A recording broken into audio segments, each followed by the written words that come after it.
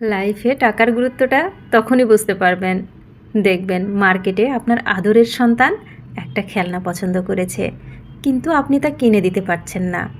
যখন দেখবেন স্ত্রী সহ বিয়ে বাড়িতে গিয়েছেন, আপনার স্ত্রীকে একদমই ফিকে লাগছে।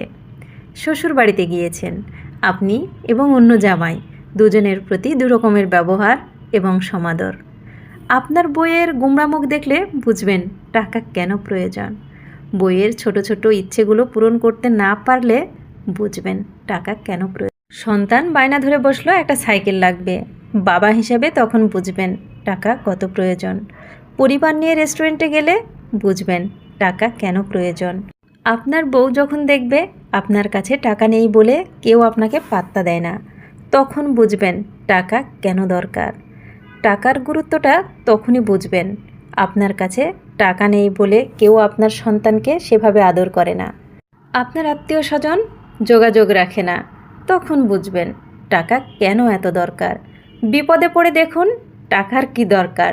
যার টাকা নেই তার বিপদে কেউই পাশে থাকে না, এমনকি টাকা দিয়েও কেউ সহযোগিতা করে না, তখন বুঝবেন টাকা কেন এত দরকার।